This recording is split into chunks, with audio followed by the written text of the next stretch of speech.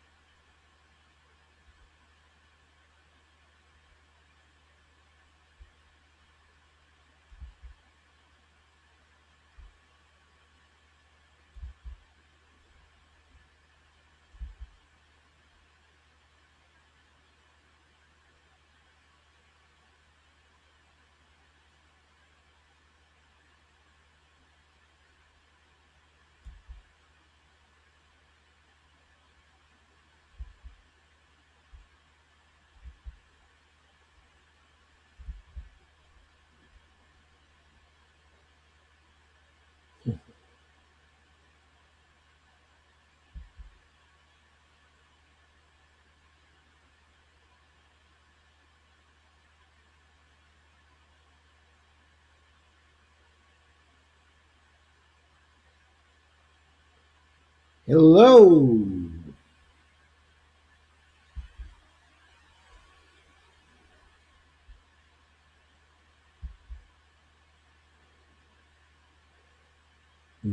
Hello. Is everybody happy?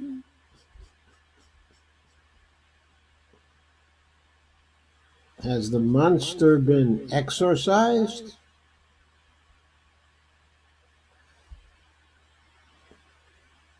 I don't really think so. Hi, Steve. Hi, Dolores. Hi, Kay. Hi, Joanne. How are you? Hi, Lana. Greetings from the frozen tundra, aka Minnesota.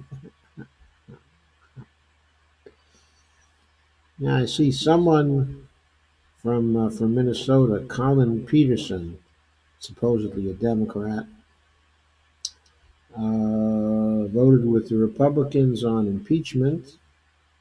Steve says nothing has been accomplished. Surprisingly, most people believe this means Trump is removed from office. Well, most people are about to be disappointed then, aren't they? Quite the contrary.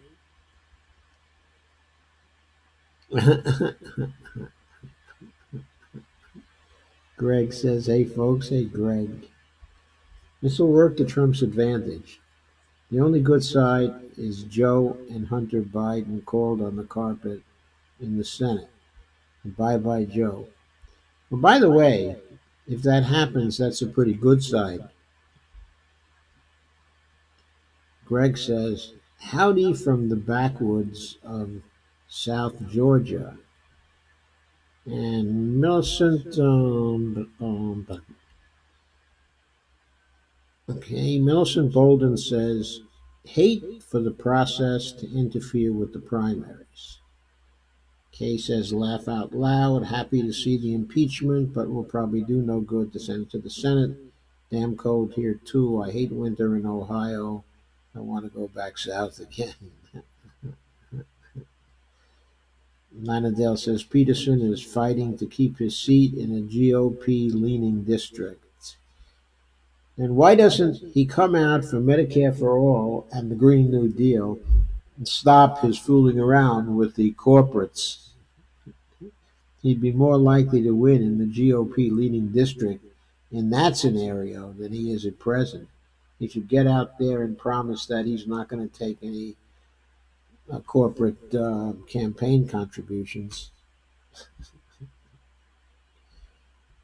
and convert over to Sanders Democrat. Joanne says Bernie or bust.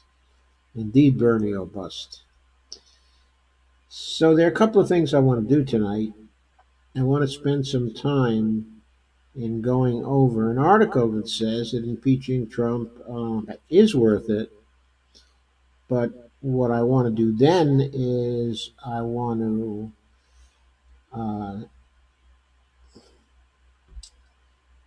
want to discuss whether it really is worth it uh, or not, and where things might go now, because it turns out there are a number of actual possibilities which might be interesting to brainstorm about or talk about or to exchange opinions about. And Steve says people criticizing Tulsi for not getting involved in this shit show. Smart move on her part, uh, uh, in my opinion. And Lana says, not sure. I know he's fearful of not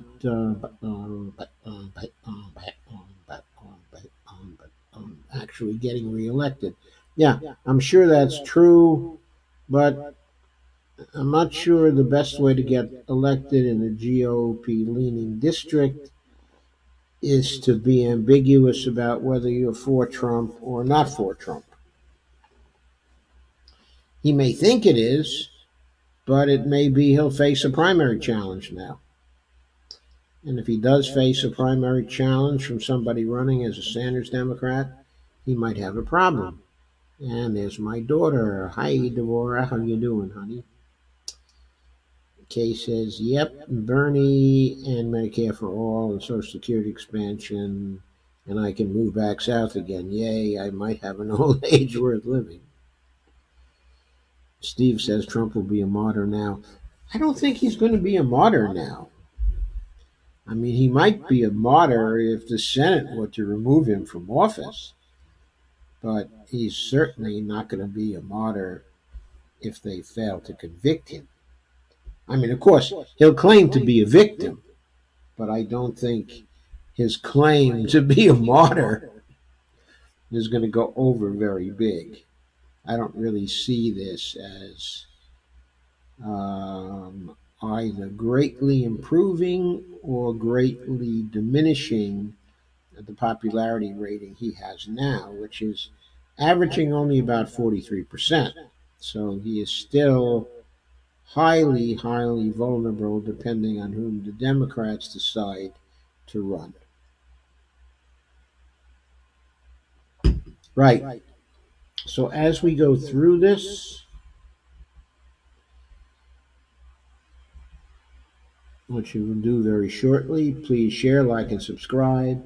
And please become a patron at www.patreon.com/Joe_Firestone. Thank you very much for any help that you can give to keep this program on the air around.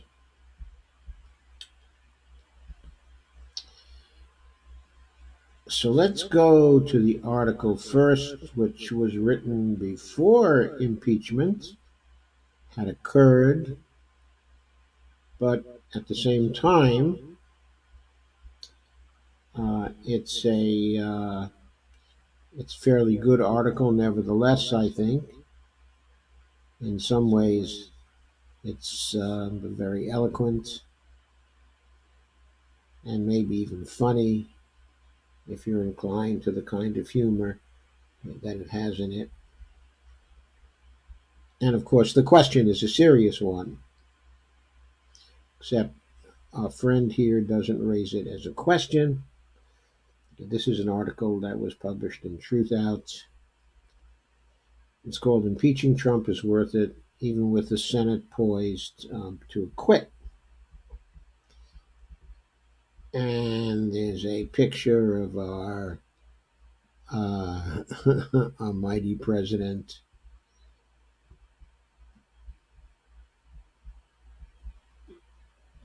It was written by William Rivers Pitt, the editor-in-chief of Truthout, and it was written on December 18th, 2019, which is earlier today, of course. And William Rivers Pitt says, he says, a watershed moment in history is upon us. Let me put this on clearly so you can see it more easily, and I can see it more easily, and we all can see it more easily. I'll check and see if you can see it. Yes, you should be able to see it more easily. So he says, a watershed moment in history is upon us. Later today, probably after the sun sets. He was right about that. It happened at, I guess it was completed at about 8:52 Eastern time, wasn't it? Probably after the sun sets and all the House members have spoken their piece, Donald Trump will almost certainly join Andrew Johnson and Bill Clinton in the presidential impeachment club. And Richard Nixon is an honorary member, though he slithered out of town like a septic snake before his impeachment ticket was officially punched. I don't know about you, but I got a chuckle out of that one. I got slithered out of town like a septic snake. Johnson, a vile racist, was impeached for having obstructed Reconstruction at every turn. Clinton was impeached for being a damn fool who cheated on his wife and then lied about it on television when he knew better than any living man that the Republican-controlled House was out to get him. Both survived their Senate trials. Nixon would have been impeached for breaking the law had he tried to gut it out, but his chances in the Senate were grim, which is why he put on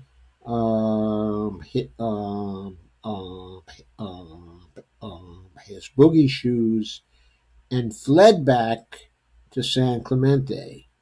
Should have said, and boogied back to San Clemente. Donald Trump has, and by the way, then received a pardon from Jerry Ford and lived out the rest of his life mostly in peace without seeking or creating too much additional controversy. He might have figured that the controversy that he had earlier created was enough for 3 lifetimes. But anyway, Donald Trump has also wantonly broken this country's laws, and today he faces impeachment for it. That is to say, he will almost certainly be impeached for some of it. Anyway, the crimes of bribery, conspiracy, coercion, obstruction of justice, and the kidnapping of children at the southern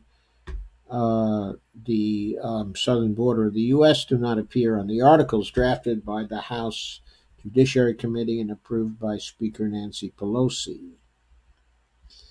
They should be there, but they are not. Why are they not? They are not there because of Speaker Nancy Pelosi, the gutless wonder who is also trying to manipulate and set up a situation where we will never have Medicare for all, we will never have a Green New Deal, because she will have fixed the situation so only a corporate donor centrist can actually get into the White House, or failing that, she'll just continue to live with Donald Trump, or force her successor to to, to continue to live with Donald Trump in the White House for another term.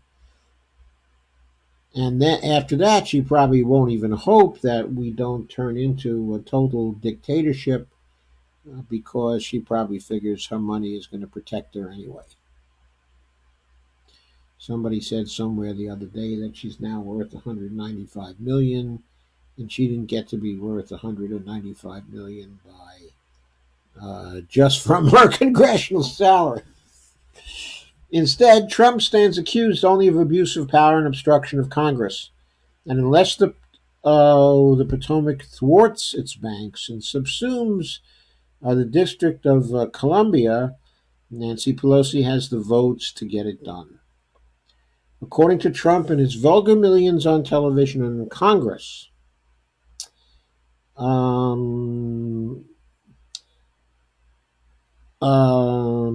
progressives like me are very happy about all this. Speaking personally, nothing could be further from the truth. The idea of finding joy, not just in this moment, but the path taken to arrive here, is nearly as sickening as Trump's presidency itself has been. I have to state a personal opinion here. I don't like the path taken to arrive here at all. I've been saying from the beginning that we needed a quick impeachment, but we also needed one that was based on real grounds that the public would recognize more generally, on grounds they could understand, on grounds that were easily visible, that could easily be proven, that were not ambiguous. Unfortunately, the affair over the Ukraine is ambiguous. It is not altogether clear exactly what Trump had said. The arguments and counter arguments swirl all around, not just because the Republicans are being biased or stubborn, though they are being biased and stubborn and simply dishonest. It seems to me, from my vantage points and off the evidence that I've seen in the media, it doesn't seem to me that they have Trump actually dead to rights within the Ukrainian situation. Though there's all kinds of circumstantial evidence there, and to suggest that Trump was interested in the Bidens on grounds of wanting to find corruption in the situation, being concerned about clearing up the corruption in the Ukraine, that is a ridiculous idea, because the whole history of Trump's presidency has been one of not caring about any corruption wherever he finds it. I mean, it's perfectly clear that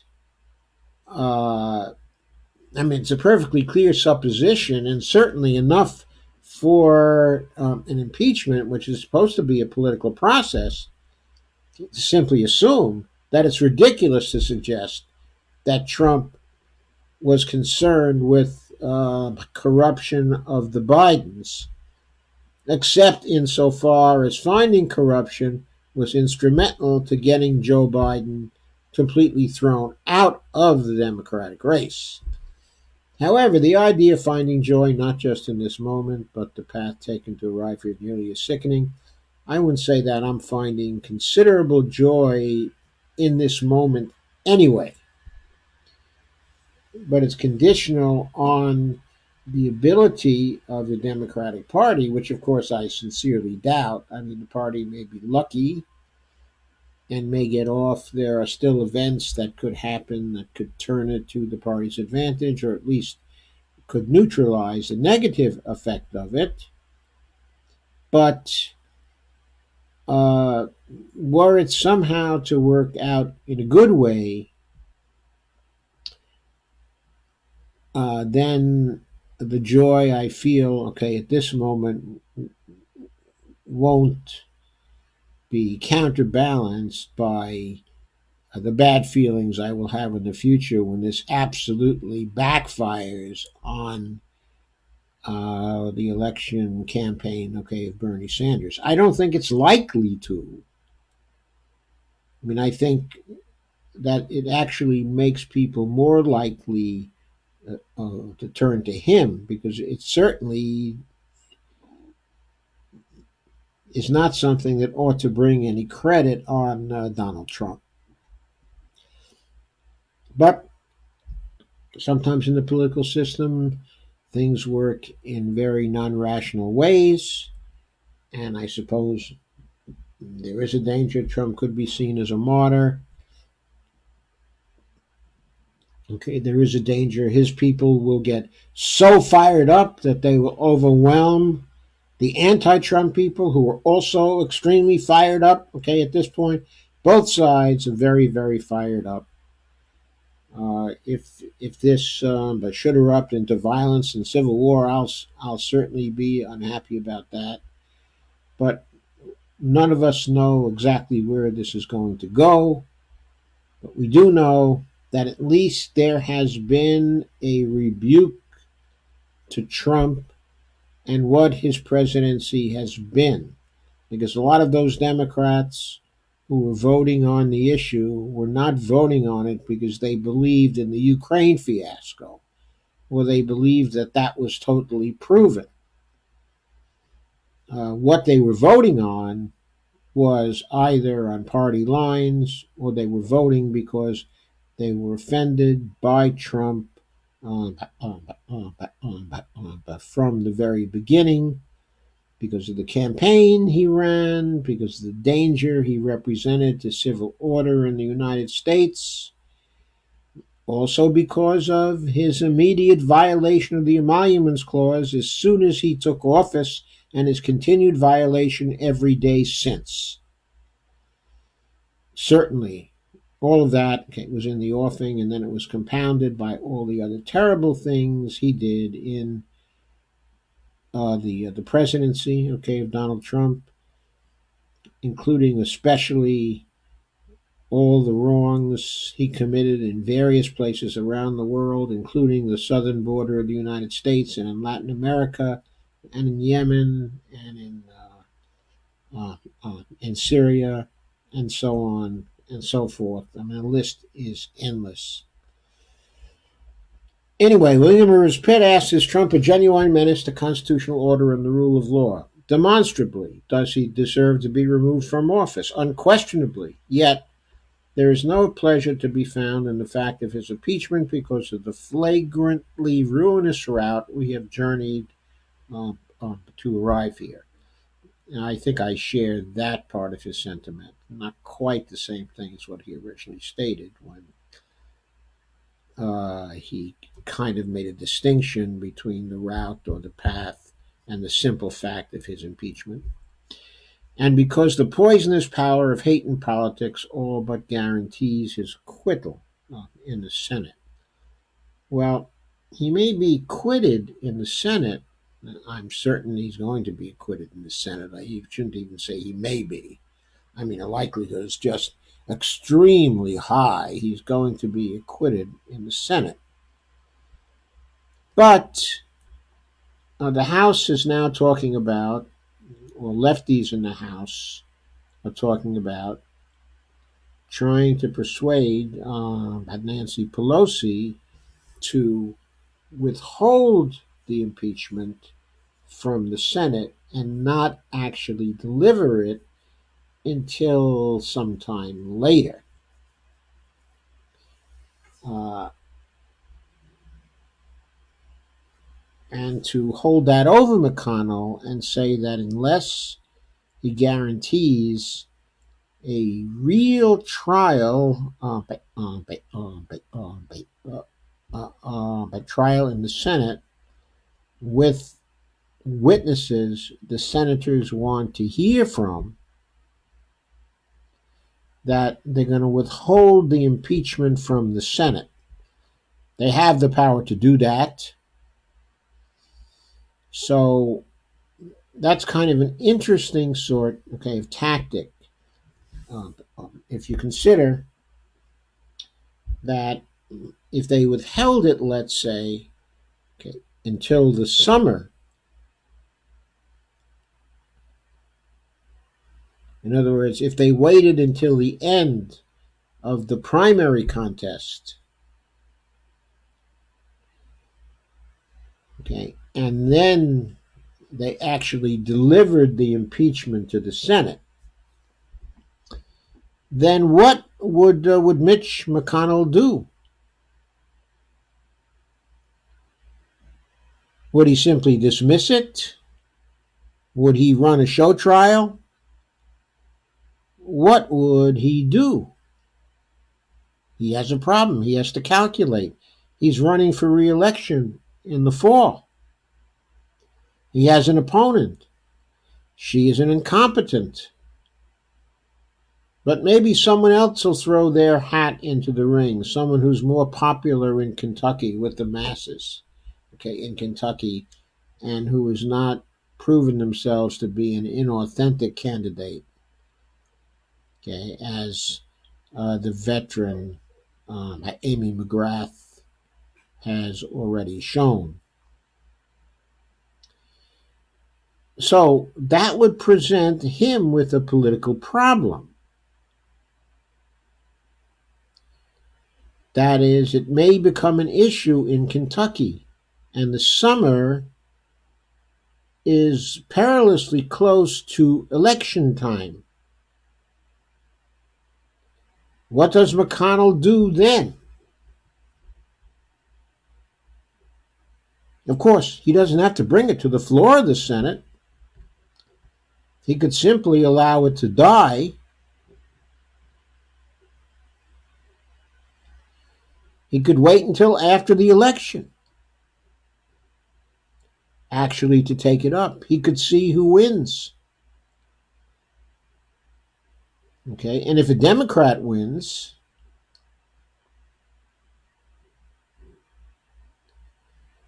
he could then simply decide to convict Trump. Now, why would he convict Trump?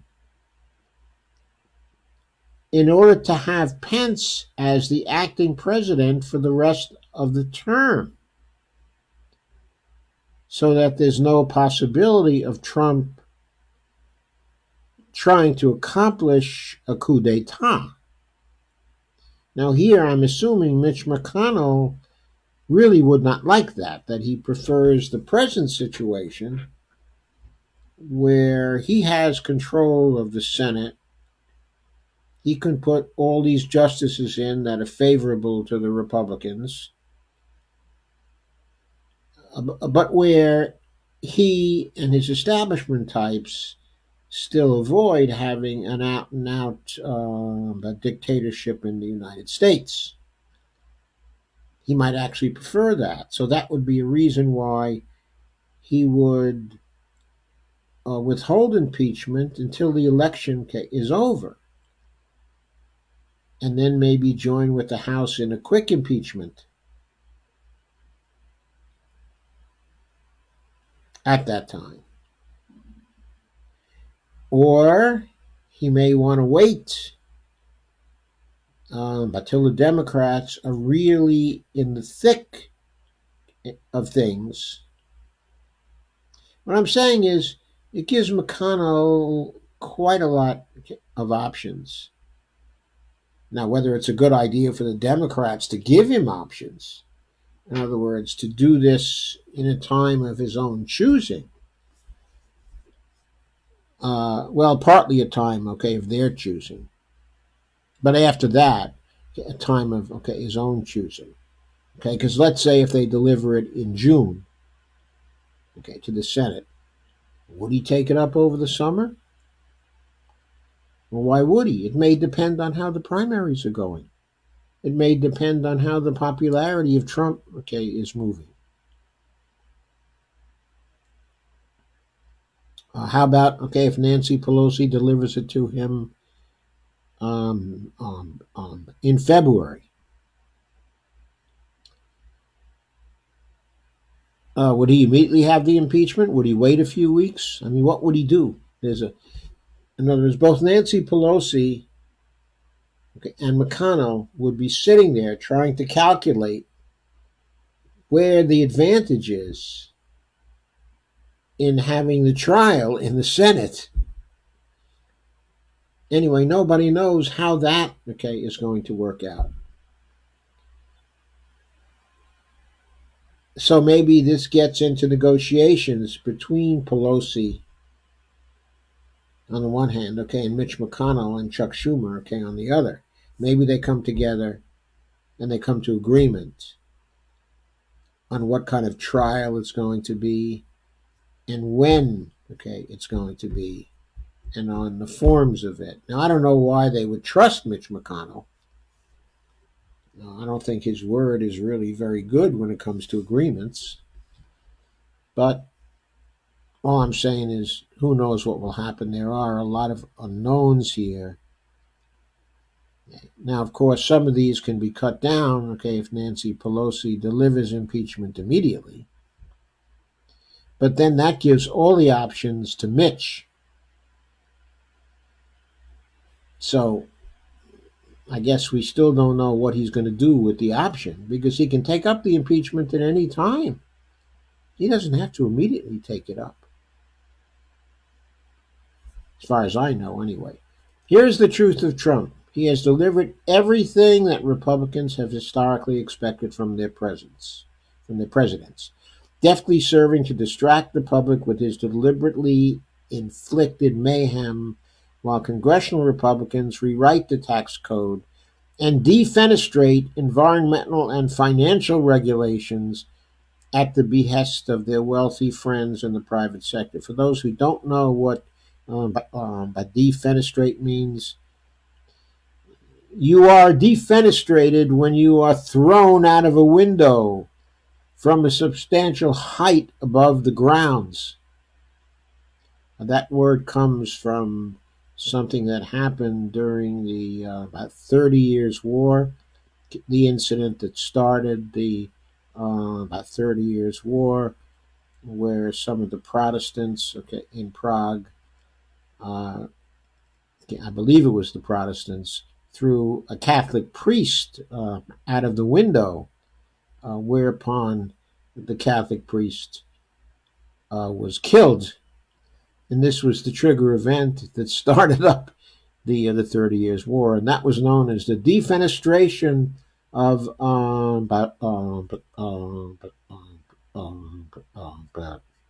defenestration of Prague, because it happened in Prague, which is now the capital of the Czech Republic. Anyway, uh, so defenestration, right after defenestration. That is the point of Trump, the whole point, and the only point. Meanwhile, Republicans have used Trump's frenzied debasement of the office to stack the courts with far right, anti choice judges who will squat on the bench for a generation. I thought that was great. Who will squat on the bench for a generation. Think of all the implications of squatting on a bench, folks. The white power structure in the United States, flush with money and the will to use it, was bound to produce a president like Donald Trump sooner or later. If you look at Trump through Republican eyes, you begin to see why they continue to stand with him. Under his churlish gaze, they have gotten more than they could have ever dreamed of. After 2 terms of a black president, the white lash, as Van Jones put it, came in a single ugly election that saw half the country shun the ballot box. The frankly racist members of Trump's base serve as foot soldiers in a cultural war aimed at maintaining white power while looting the treasury and despoiling the planet once again. Conservative never-Trumpers like former George W. Bush speechwriter David Frum can shed ersatz tears over what Trump has done, but they're deeply complicit in this ongoing calamity. Men like Frum do not detest Trump because of the policies enacted under his administration, but because he is bad for the brand, the Republican brand, of course. The United States is growing more racially and culturally diverse by the day, and the GOP has spent the last 55 years, go back 55 years, folks, that's 1965, demagoguing on race. That was the Southern strategy, Nixon's Southern strategy, and abortion to get their base to the polls.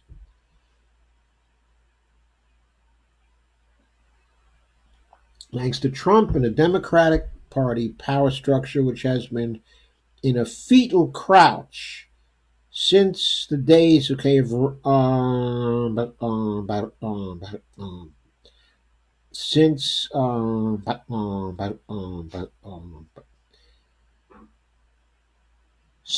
Ronald Reagan, that reactionary base is now in the political driver's seat. This is precisely as surprising as a jack jumping out of the box on a coiled spring after you prime the handle. Sooner or later, demographics will be the windshield to the GOP's bug. And they know this. He has some great images in here.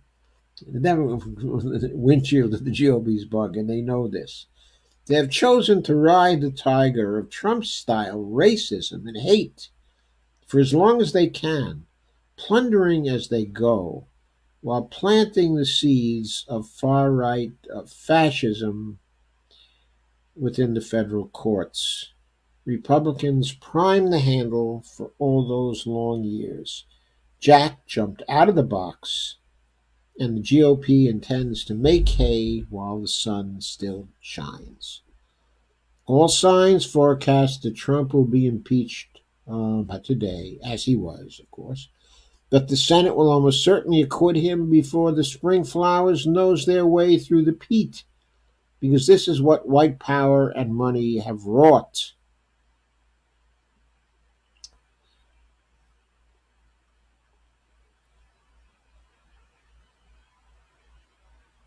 A president as demonstrably crooked as Trump has no business continuing in office. And Article 2 of the Constitution was set out as a remedy for such a happenstance. But the Constitution is proving to be a gossamer safety web in the face of well-funded, well-trained, well-organized hate. Even if some miracle of politics coalesces in the Senate and Trump is actually removed from office, the poison is already loose within the national bloodstream.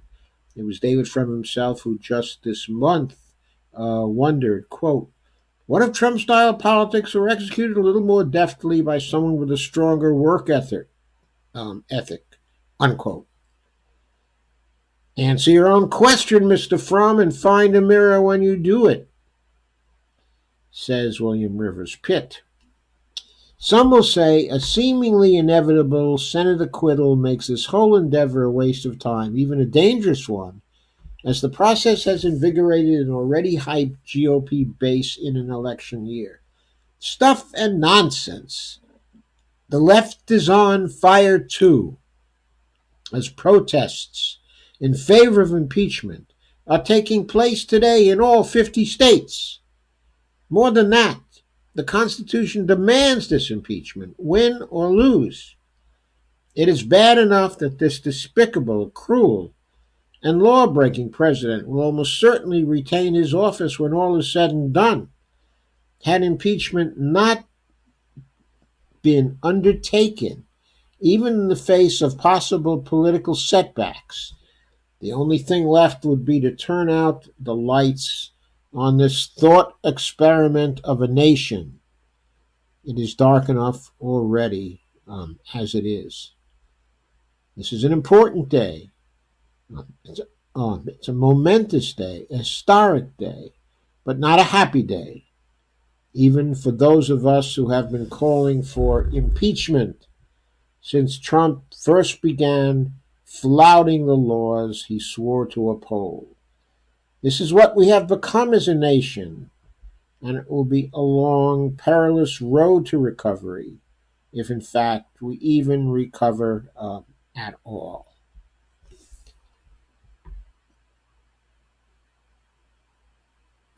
So I agree with William Rivers Pitt that we needed to do the impeachment. I know it's symbolic, but it's important to have the symbol.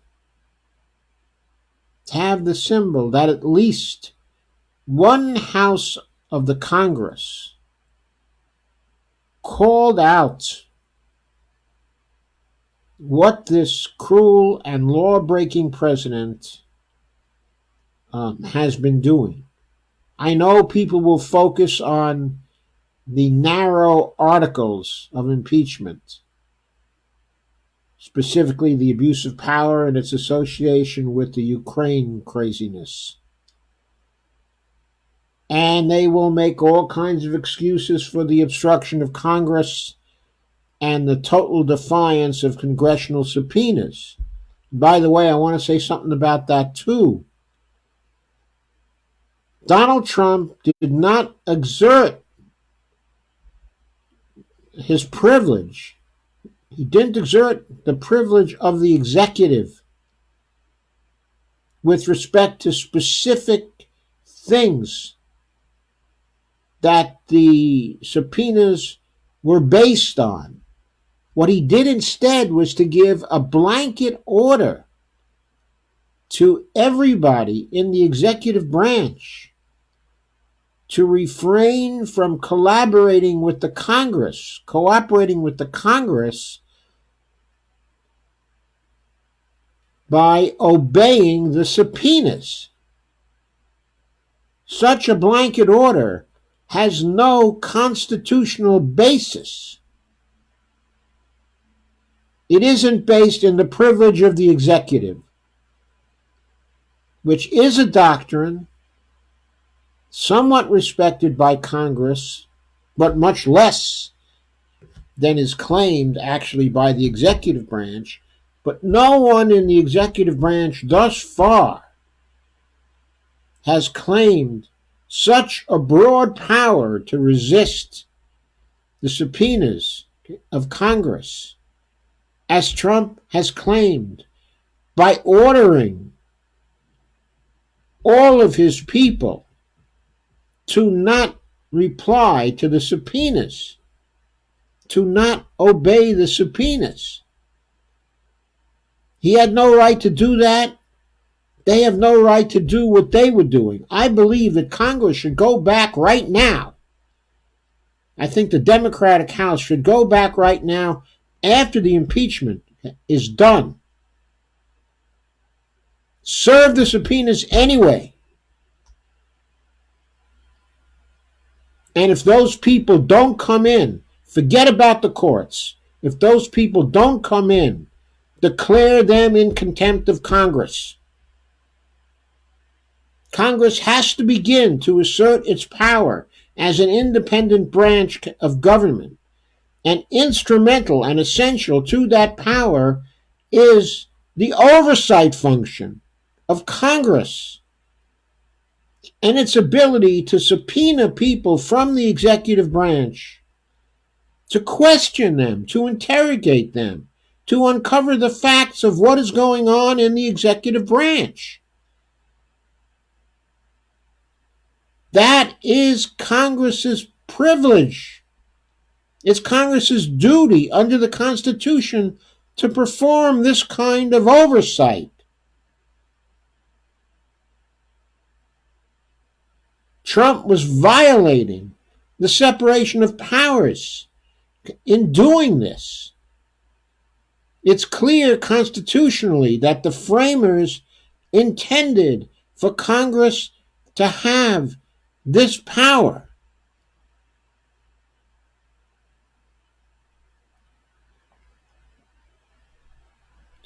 And it's a travesty that absolutely no one, I know some witnesses showed up on their own, but most of the witnesses did not. The key witnesses did not. They should be served for contempt. And the next time they come before Congress, they should be placed in jail. They should be placed in the congressional holding cells where Congress can hold people who are in contempt of Congress indefinitely until they obey their subpoenas and they agree to testify. I think Congress should follow through with that and get those people on record, even if it's after the fact. And even if the Senate has acquitted him, doesn't matter if they've acquitted him. The people who have refused to appear before the Congress are guilty of contempt of Congress. And they should be served and they should be prosecuted, and Congress should have its powers back. And this is about Congress. It's not about the Democrats. When the Republicans control the House, they're entitled to those powers too. When the Republicans control the Senate, they're entitled to those powers too. Those are powers of Congress.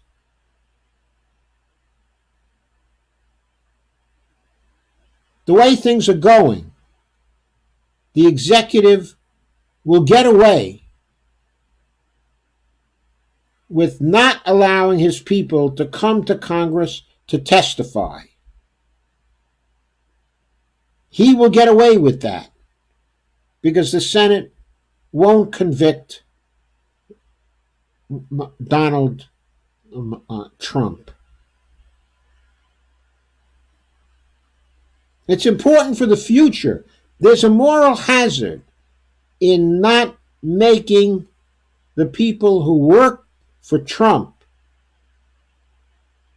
honor those subpoenas and testify, even if after the fact.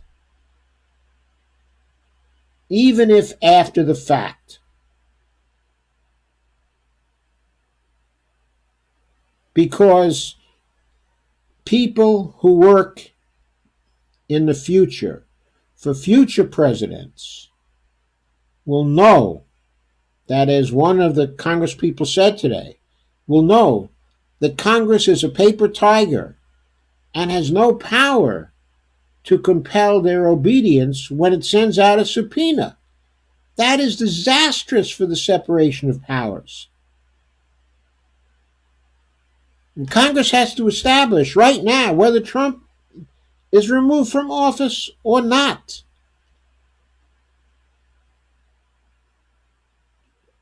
That people who refuse subpoenas from Congress, on whoever orders them to do so, if they refuse subpoenas from Congress, they're on the hook. Because if Congress establishes that at this point in time, then later on, for future staff working for future presidents and future cabinet members, knowing that they will go to jail, that they will pay a penalty, they will not put up this kind of a resistance.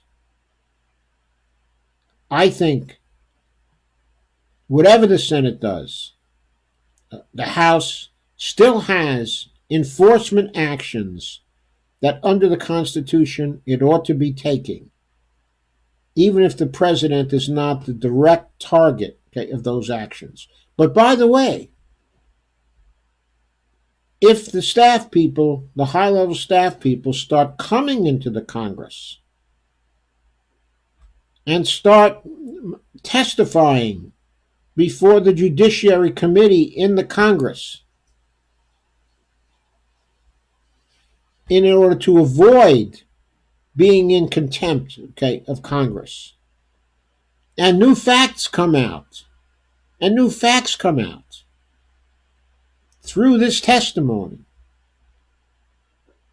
then whether or not there's any attempt to impeach Trump over those new facts or not, just their appearance will justify, after the fact, this impeachment by the House. It will make the House look better. It will give the impeachment a much more objective cast than it has now. And that deserves to happen, by the way. So, I'll now go to your comments. Let me remind you again to please share, like, and subscribe the YouTube video when it goes up in a half hour or so. And please become a patron at www.patreon.com/Joe_Firestone. Now I'm going back to Facebook and I'll consider what you've had to say.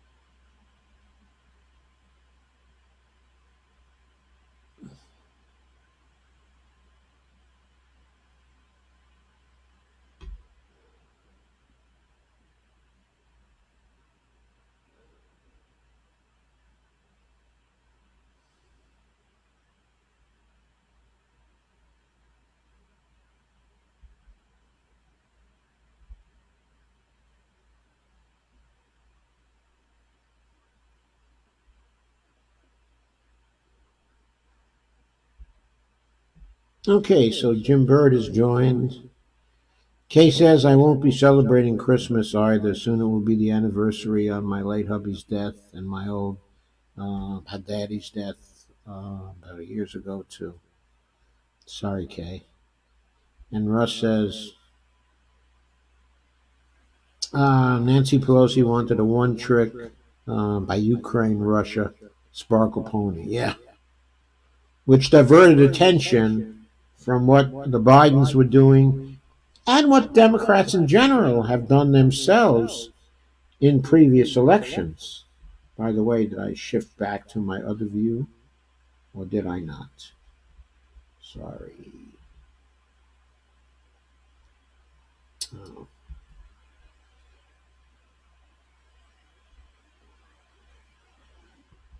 there we go.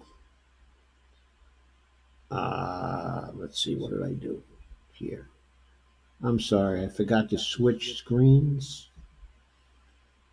Here I am once again.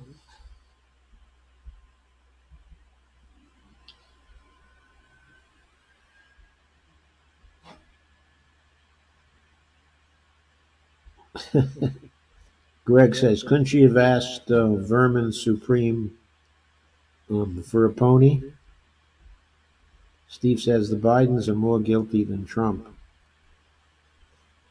And maybe so. I mean, I don't know, but maybe so. Maybe they are more guilty than Trump. And Joanne says, your choice not to celebrate can't be compared to innocent children in concentration camps. Absolutely. Absolutely. Jim Bird said he was just digging dirt. Yep. Kay says, I understand that. The point is, many of us will not be happy at Christmas. Kay says, it isn't my choice either, it's my life. Okay, Millicent says, my concern is the impact on the outcome of the primaries. Yeah, it's my concern too. And Steve says, I don't dig Christmas anymore either. Yeah, neither do we really, but we were never too big on Christmas. Thank you for the friend request, the Greg Mallard. Welcome to my POS world, laugh out loud. And Steve says, now Bernie's caught up in this shit show, but we don't know when he's going to be caught up in it. And Kay says, the commercialization of Christmas has turned me off to it too. I'm all about the money now. Well, I mean, it's been that way since I was a young man, Kay. Okay, and I bet since you were young also. I mean, that's nothing new. I mean, back in the 1960s, it was like that. And it's been that way ever since. And all the gathering around the trees, watching everybody open their presents. Oh, God. It was like a quackayoodle potlatch. And Millicent Bolton says, withholding until the summer would be good. I don't know. Maybe it would be good if she can do it. Okay, thanks, Jim, for the friend request. Steve says, apparently the Speaker of the House doesn't have to be a member of the House. That's kind of weird. Yep, it is kind of weird, but I don't know if that's ever been the case. It might have been the case once or twice in history, but not for a very, very long time. It works because, according to House rules, the House is free to elect anybody it wants to as the Speaker of the House, and the person doesn't have to be a member of the House. In other words, doesn't have to be elected to Congress. Now, that's true, but it's very unlikely to happen. Very unlikely to happen. Steve says, I have hundreds of friend requests I don't have time to vet. Yeah, me too. Greg says, aren't we friends? Sure you are. I don't approve many friends, but I like talking to most of you guys.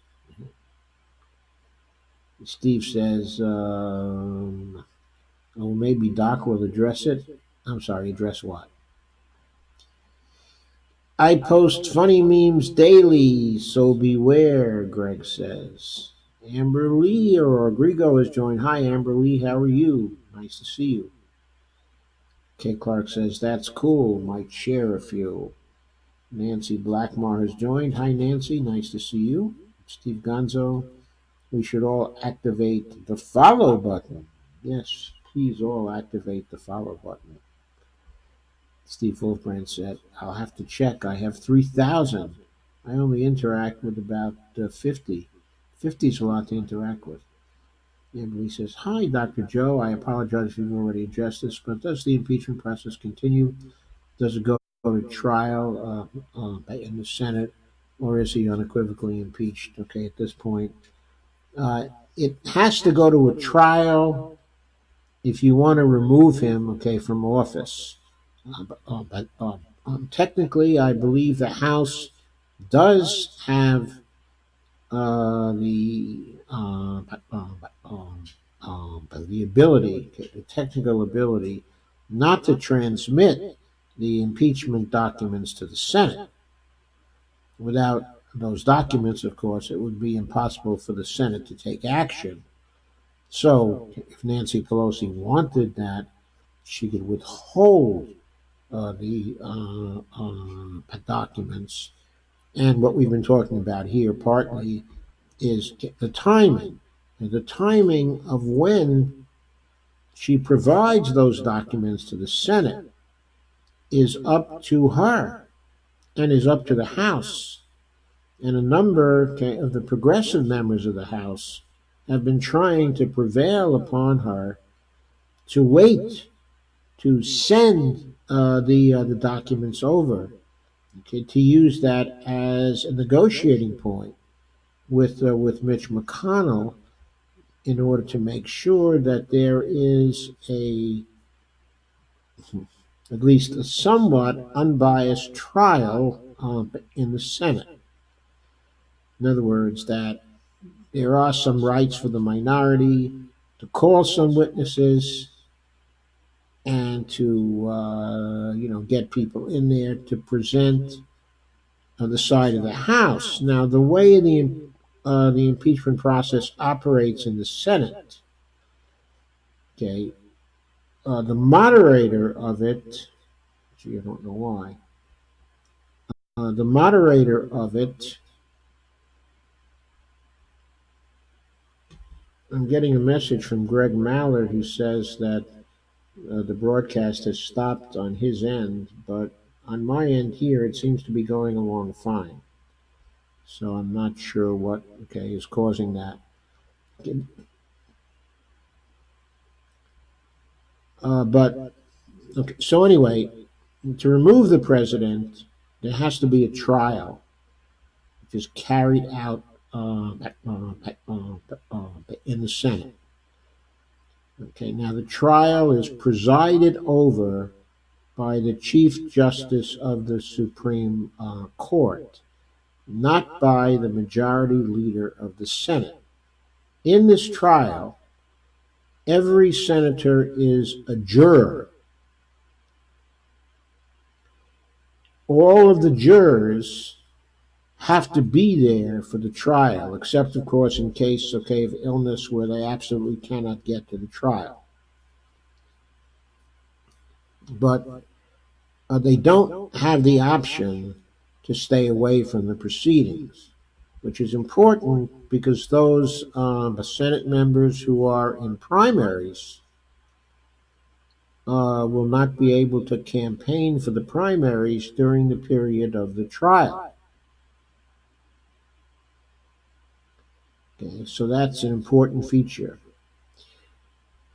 The conviction, if there is a conviction, which is necessary to remove a president from office, that conviction must be by a two-thirds vote of the Senate, which means 67 senators. So right now, the Democrats, and being optimistic about this, probably would have at most, with the Democratic senators and the independents, at most 47 impeachment votes. So to get the conviction done, they have to get 20 Republicans to come over to the Democratic side.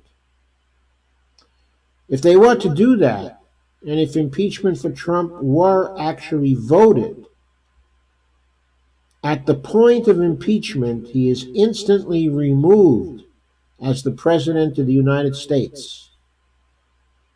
And the presidency then immediately goes to Mike Pence at that point in time. So as soon as the verdict is reached in the Senate, if the vote is by 2/3 of the Senate, then Trump is gone.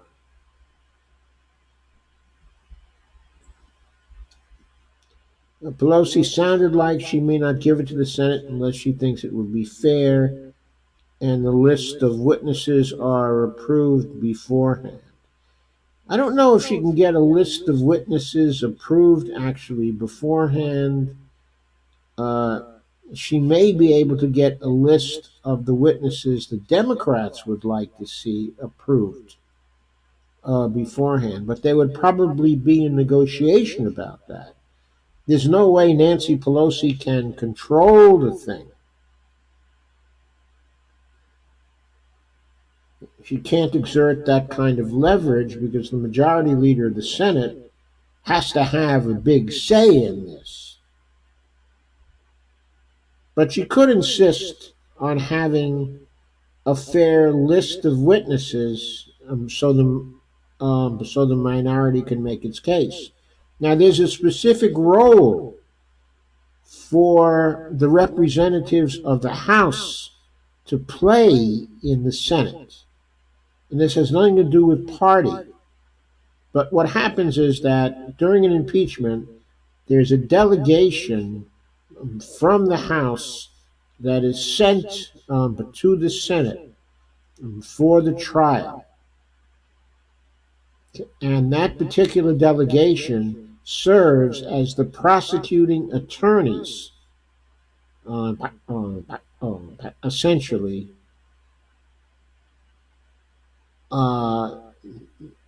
in order to prosecute the indictment from the House. In other words, what the House has basically done is to deliver, an indictment of the President of the United States. If they deliver that to the Senate, and if the Senate agrees to a trial, then the prosecutors will be House representatives, and the defenders will be people from the Senate. Okay.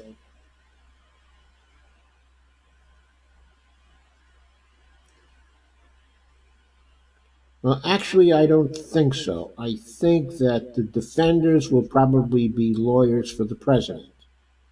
I mean, it may be the Attorney General, of the United States will be a defense lawyer for the president.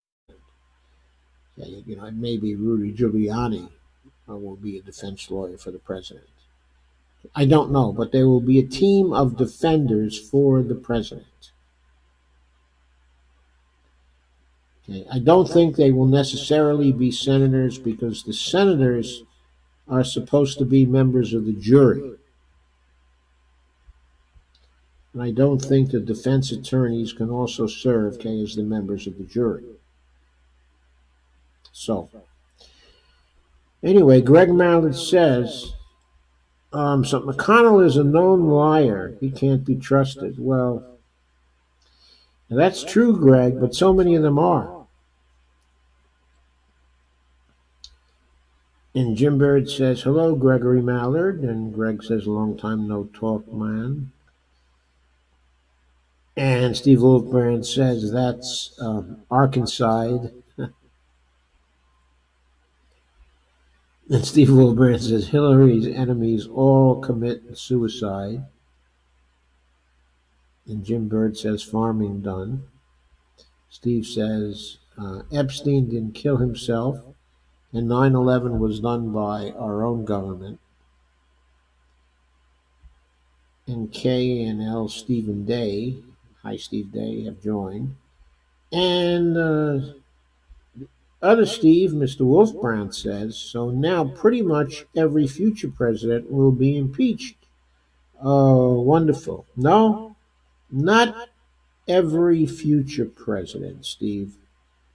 You have to remember, okay, for a president to be impeached, it's pretty much going to be necessary that there are either great grounds for impeachment that anybody would agree to, or the House has to be controlled by the opposing party to the president.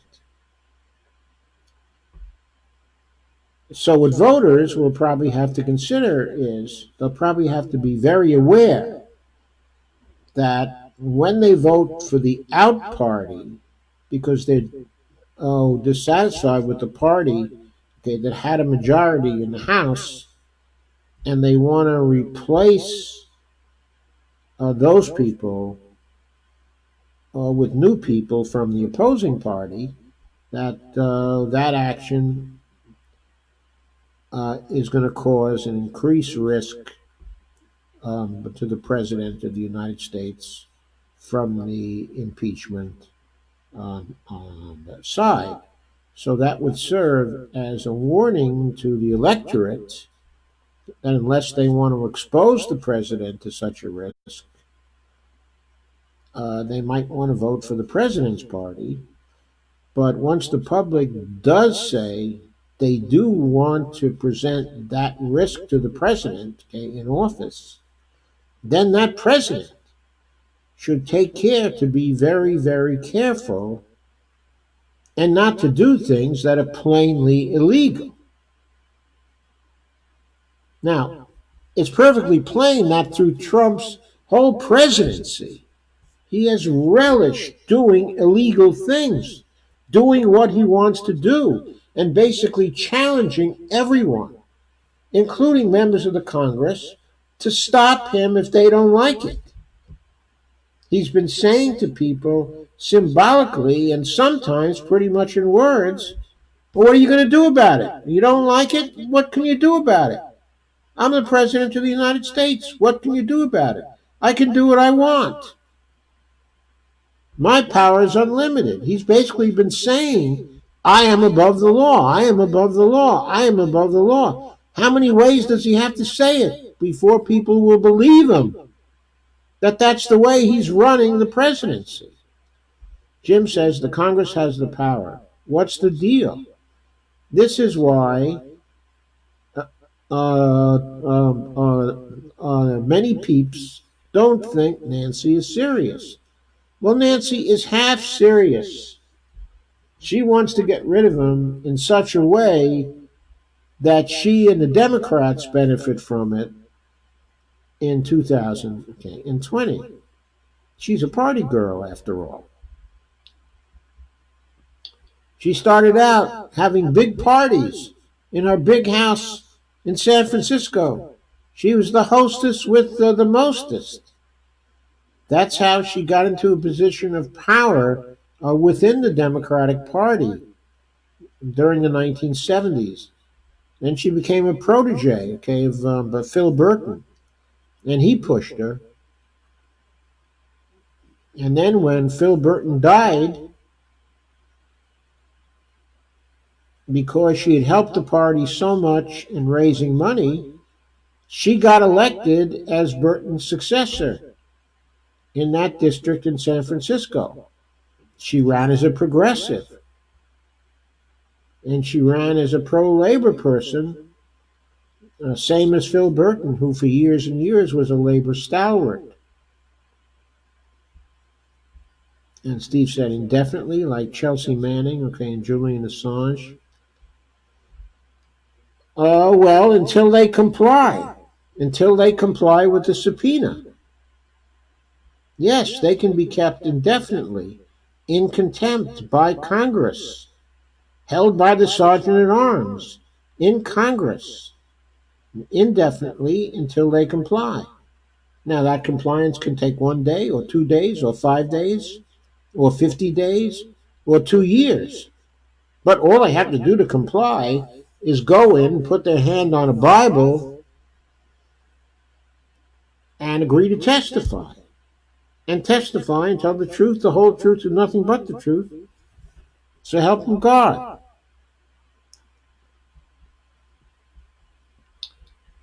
When Susan McDougal, Steve Lanzo says, refused to testify against Bill Clinton, Republicans put her in jail for 18 months. Yeah, they did. Kay says, I do too, Joe. Congress needs to be more aggressive. And Steve said, better than suicide. And Kay said, I've heard several progressive news people saying that corporate Dems would rather have the orange idiot again instead of Bernie, and I kind of agree. Uh, yeah, I think a lot of the corporate Dems would rather have the orange idiot in preference to Bernie. And probably a lot of people we'd be surprised by would rather have the orange idiot again instead, of Bernie. But there are a lot of corporate Dems who are afraid of Trump, just afraid that he'll do something really irrational and get us into World War III. So I think there are a good many of the corporate Dems who are afraid of him, and who, if forced to, would probably vote for Bernie, but they probably would not work for him. And of course, they cannot contribute to him because he's not going to take any money from them. Jim says this can be traced back to Nixon's pardon. In my opinion, Dems haven't had guts for years because those corrupt know that it could backfire. This is the problem of legalizing corruption. Yes, it is. Dems haven't had guts for years. They started in 1970.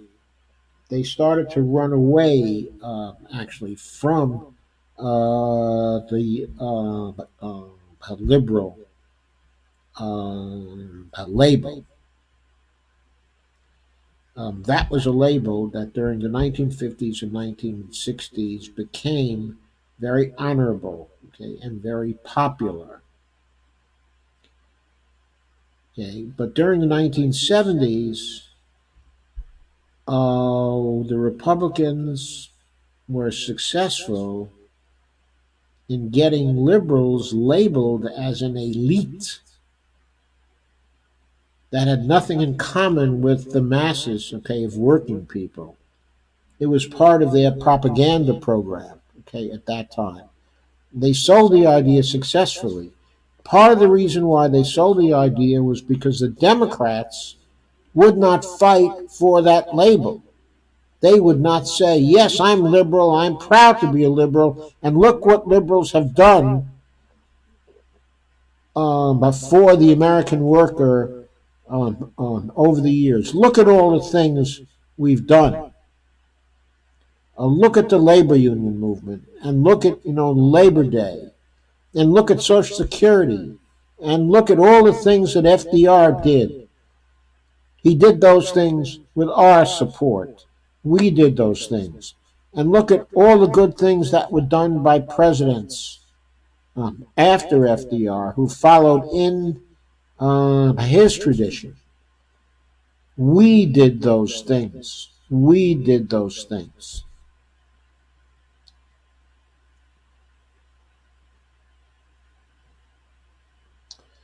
Steve said, you're wrong, Doc. This is a waste of time.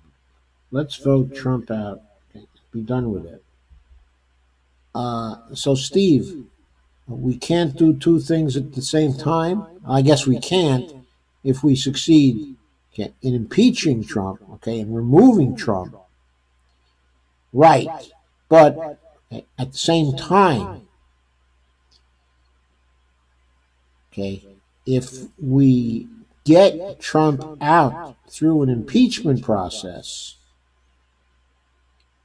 and we win a landslide election in 2020, that's the best thing that can happen, because every day that Trump continues to serve in the presidency is a risk. He is a risk. He is an unpredictable factor, and he harms people. With every succeeding day, you can read articles that show that he's done this or his administration has done that, or this group of people is suffering, or that group of people is suffering, or he's victimizing people in Latin America, or he's victimizing people in the Middle East, or he's in a plot with the Israelis to bomb Iran and set them back for years and years and years. I mean, that's all going on, Steve. That's all going on. All the time. All of that can happen.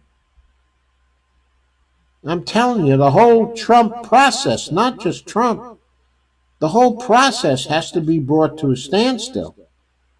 And it can be brought to a standstill if we cut off the snake at its head. I have 38 new comments. I don't think I'm going to have time to consider them all, but I will try to sample them. Here we go.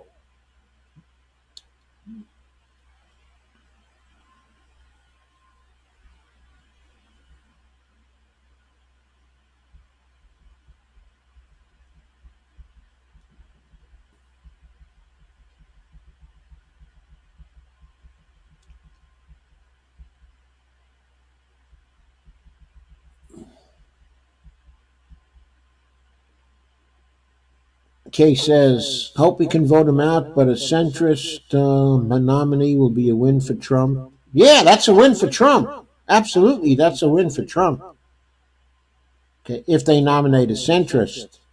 But I think Bernie's going to win. I think he's going to win. I don't think they're going to be able to rig it.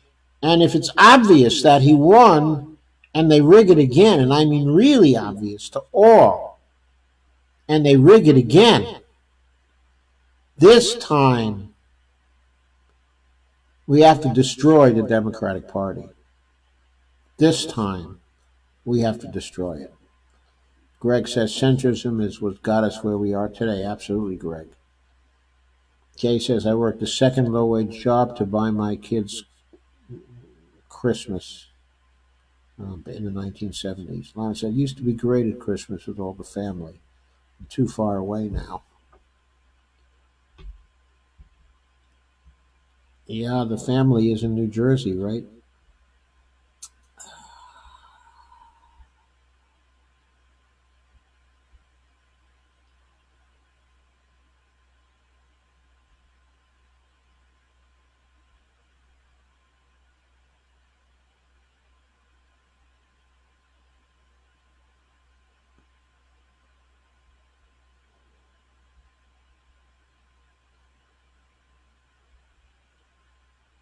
Happy Harley days, said Steve Day. Nancy says, great job tonight. Thanks, Nancy. And Steve Day says, happy Harley days. And Steve Day says, good here. And Jim Bird says, broadcast fine here. And Kay says, good here too. Russ says, you briefly froze here, but it's good now. Thanks. And Lana says, no issue with broadcast here yet. Thanks, Lana. And Steve Day says, Nancy has already bastardized the process. You bet, Steve, she certainly has. She really did a major, from our point of view, she did a major fuck up. I'm not even sure she's satisfied with the results. They were too messy, and the Republicans got too much of a chance to propagandize. She couldn't really stop that. And I think the Democrats didn't make their case on the Ukraine issue. Those who are supporting impeachment are supporting impeachment on grounds of the general corruption of the Trump administration and all the corrupt things he's done. And they didn't make that case, and that case had to be made. That would have cost the Republicans votes in 2020, would have put the pressure on them to come over.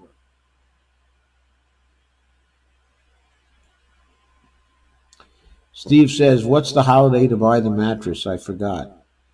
I don't know. I think that's from the Mafia movies, right? Steve says, By Nader et al., 12 charges. Yeah, the 12 charges, right. Kay says that would be a plus for Pelosi to keep it in the Congress. Let the Dems campaign. Yeah, Kay says Pence is guilty too. Yeah, Pence is guilty too, but they haven't brought up Pence on charges yet. And Steve says, come on, no way Trump is removed, but get real. Yeah, probably, Steve. Probably no way Trump is going to be removed because Mitch McConnell doesn't want him to be removed. That's probably true.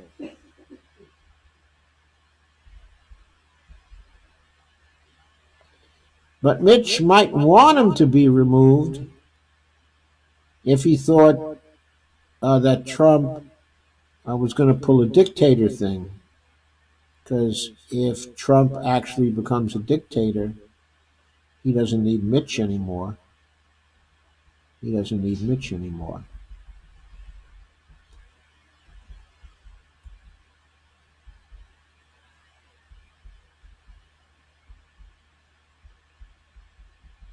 Steve says good night. Good night, Steve.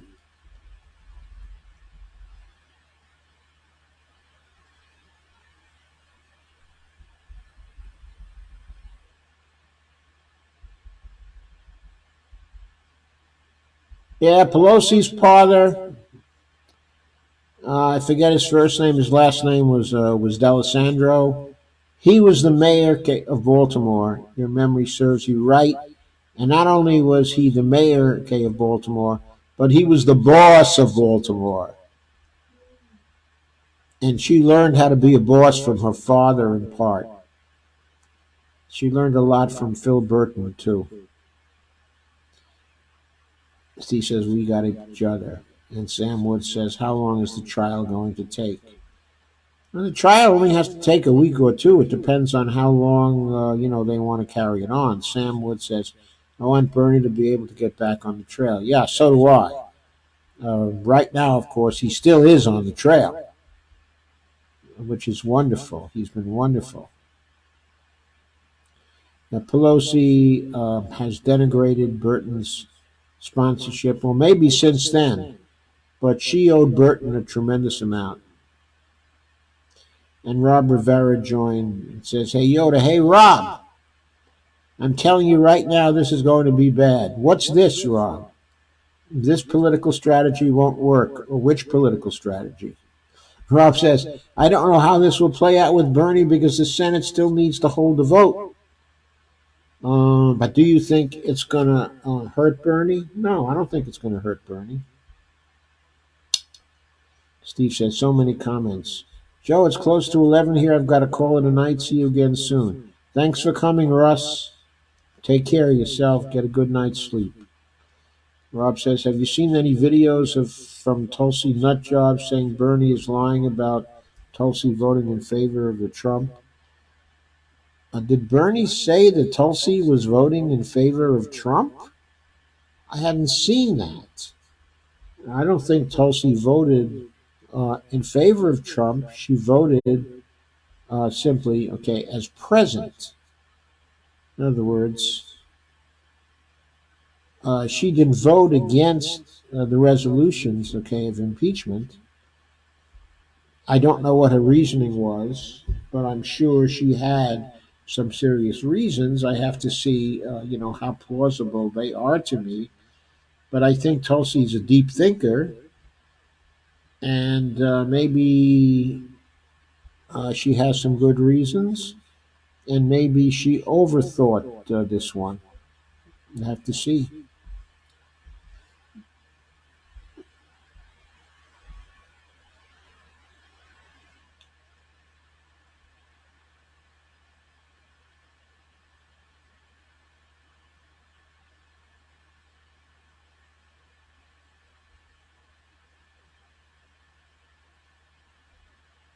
And Kay said Tulsi's a very strange person. Well, she's a very unusual person. I would not necessarily say strange. I think Tulsi has a lot of conviction and a lot, okay, of principle and a great sense of integrity and a lot, okay, of personal courage. Uh, but I don't know where she goes with that. Kay says People's Party sounds good to me. Steve says love Tulsi. And L. Stephen Day says, I think Tulsi's votes present on both of the only two charges may revolve around Pelosi actually blowing off the Nader et al. 12 charges. Yeah, it could be. That could certainly be her reasoning. Okay, and I feel also angry, okay, at Nancy Pelosi uh, for her holding a narrow impeachment like this instead of going with something like the Nader et al. 12 charges.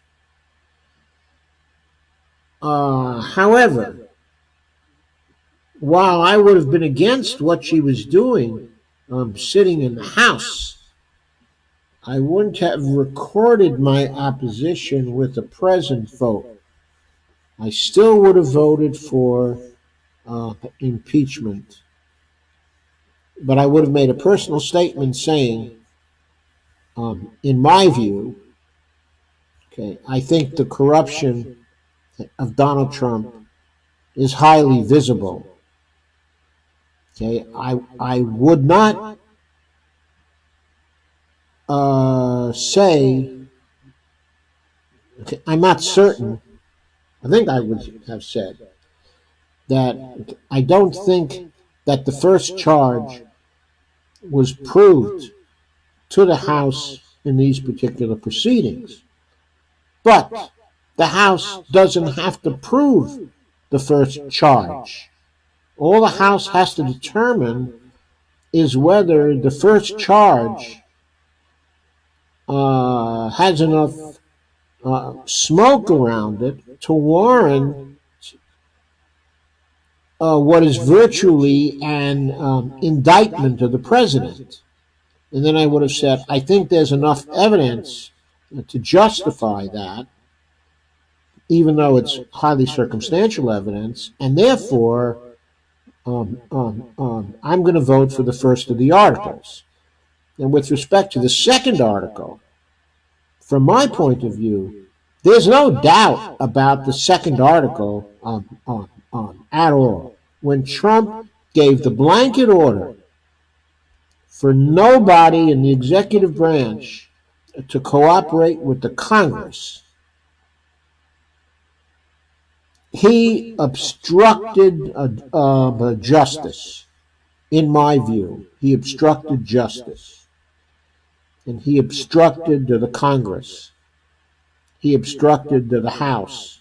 And by the way, it's within the purview of the House to define what is meant by high crimes, okay, and misdemeanors.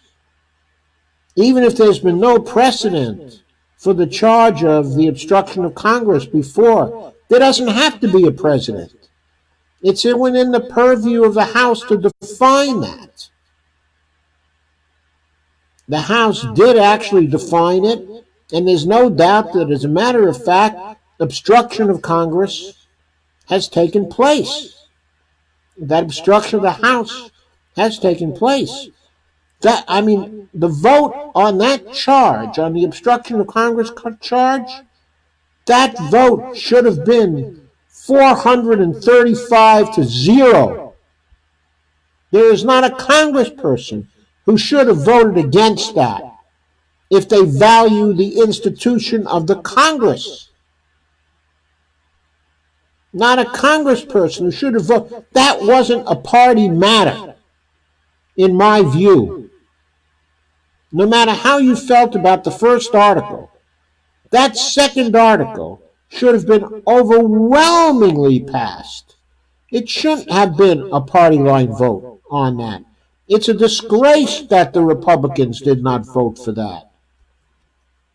I mean, what were they elected to do? They were elected as congresspeople. They were elected to have oversight. Every one of them has a duty of oversight. And Trump was denying them that. Lana asks, what about, and Steve says, best show yet, Doc. Thank you, Steve. And Lana says, what about the nonsense of Tulsi voting president for both of the impeachment counts? On, on, on, on, on. SMH. Well, obviously, I don't agree with it, but I would like to see what she has to say about it. And Lana says, I am way over Tulsi, okay, at this point. I have similar feelings, Lana. I mean, I like Tulsi in a lot, okay, of ways, but uh, I think she's been a good congressman, but for her district, even an outstanding congressman for her district. I like quite a lot of the other things that she's done. I like the way she presents herself. I do think it was premature for her to run for president. Okay, I don't think she should have run. I don't really begrudge her that, though. But I think it's become increasingly apparent that she has no chance. She just has no chance, in my view. She is such a long shot with the strength, okay, of Bernie's campaign, okay, at this point, that I just think that I think she should go back to supporting Bernie. I really do. He's still the closest one to her in terms of the positions that he takes. Uh, I'm really not sure what she's doing. I don't think the politics of it, okay, are very good.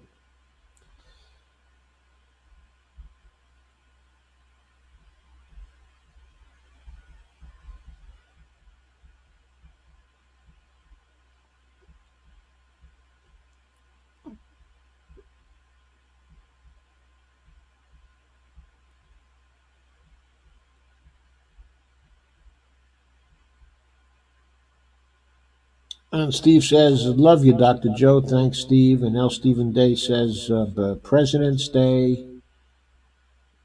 We still have a while to go until President's Day, don't we? And Rob says, Lana Del, me too. I'm so sick of her reading or hearing her name. Just works me up.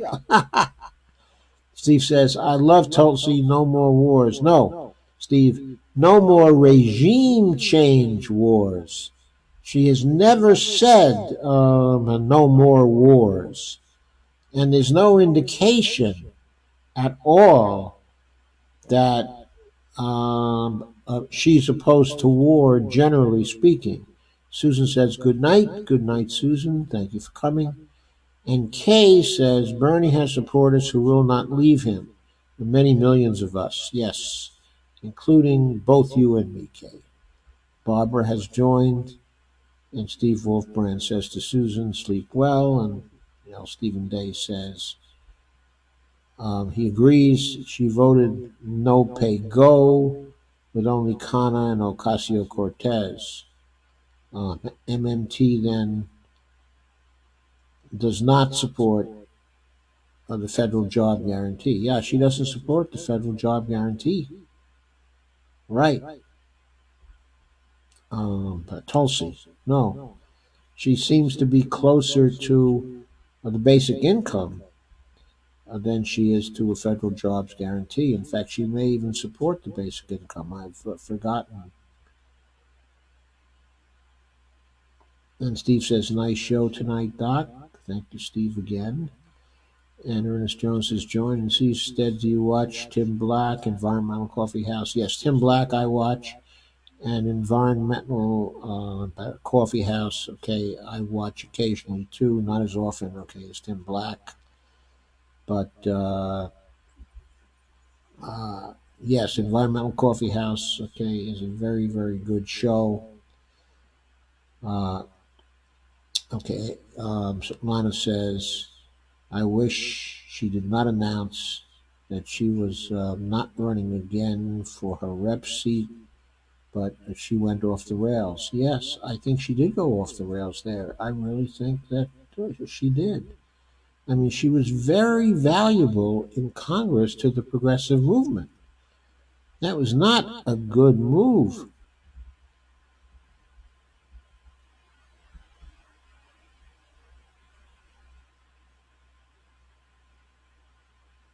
And now Stephen Dade said Tulsi was a no pay go voter in 116th House rules, but then a no FJG. Yeah, I know. Steve says Tulsi will go back to Bernie. Steve's day refers to mattress sales, I meant. Kay says Tulsi needs to be in the DOD if Bernie gets elected, maybe. Maybe. Yeah, maybe.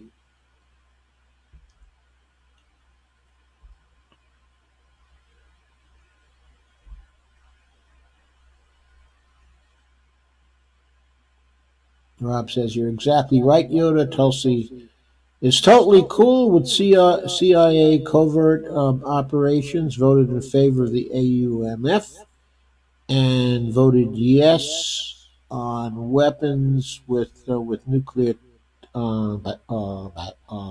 tipped explosives. Yes, right. Steve says all wars are regime change wars. No, they're not all regime change wars. They're but not always about trying to have a regime change. Okay, in other words, what Tulsi would not be doing is she wouldn't be intervening, okay, in Venezuela to get a regime change there. Okay, she wouldn't be going down, but to Brazil to try to mix in there, okay, and get a regime change there. She wouldn't be going into Central America, okay, and trying to get a regime change there. She wouldn't have gone into the Middle East, okay, to get a regime change in Syria. Rob says Tulsi is not that good at disguising her language, and she's not in favor, okay, of Medicare. She's for Medicare Plus, which basically means she wants to keep private health insurance companies. Yes, I know. I've heard that. Okay, I've read that. Okay, I've seen that. Uh, okay, what I want to see from her is a much more plain and detailed statement on what her healthcare plan is.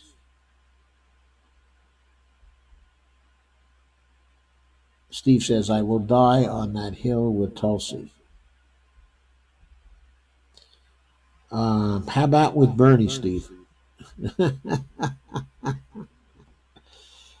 Okay, look, I think it's time to go. Okay, it's about 11:18, and it's getting late, and I got to post up to YouTube yet.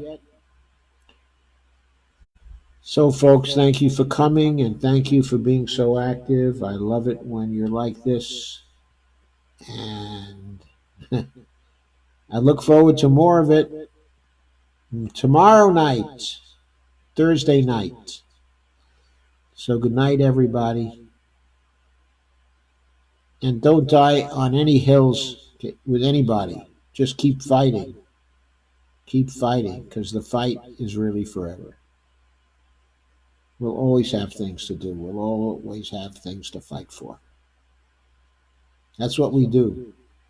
We're the fighters.